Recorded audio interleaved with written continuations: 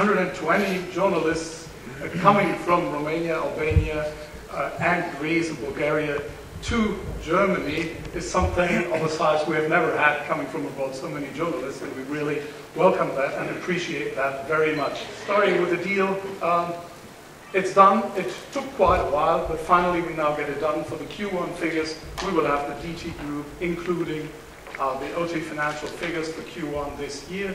1st of February, we're starting with the consolidation, and we're very happy and glad that we finally made it. Negotiations for deals of this size are always not very easy, but we had a very good relationship and understanding with the Greek state, so finally we got it done, and by the end of the day, we followed the same strategy and have the same view on what has to be here.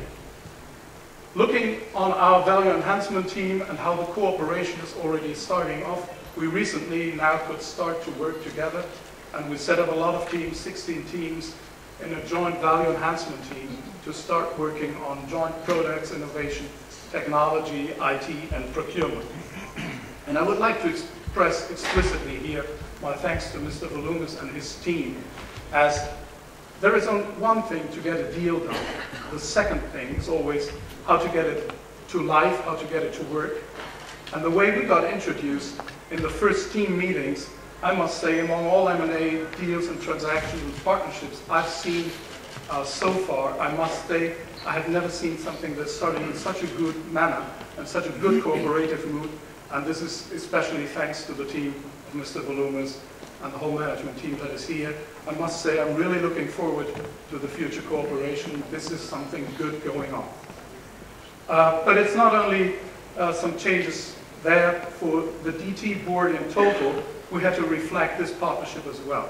And as you are aware, we have a new board position, which I'm representing for Southern and Eastern Europe now, because the importance of this region for Deutsche Telekom Group, and I will elaborate on that a little bit more with the future slides, with the next slides that will be here. We reflected that we have now the Southern and Eastern European region as one board member here to reflect the importance.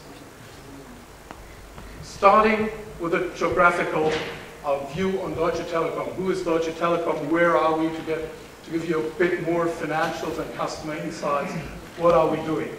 We have mainly 4 regions in which we are in.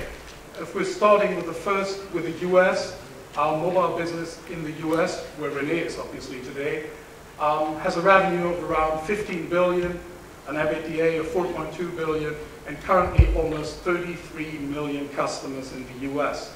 When we started the partnership and acquired VoiceStream a couple of years ago, they started with 4 million customers, and this business grew up to 33 million customers right now. This is the growth engine of Deutsche Telekom Group. Germany, of course, now we're starting a process of combining fixed and mobile, a very strong position, 29 billion revenues, an EBITDA of 10 billion, which is quite important for the whole group.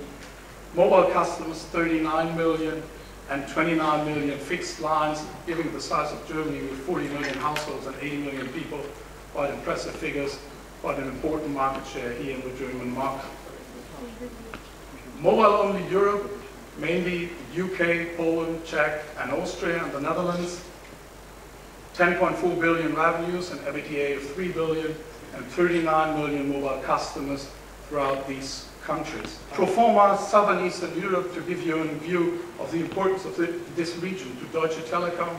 Revenue will be approximately 11.3 billion. OTE Group is here included with Bloomberg estimates for year end. They will present the final figures end of next week. EBITDA 4.4 billion will be around 20% of the whole group of DT, and approximately 50% of that is the OTE Group. Customers mobile, around 31 million, and 12 million fixed lines in the group.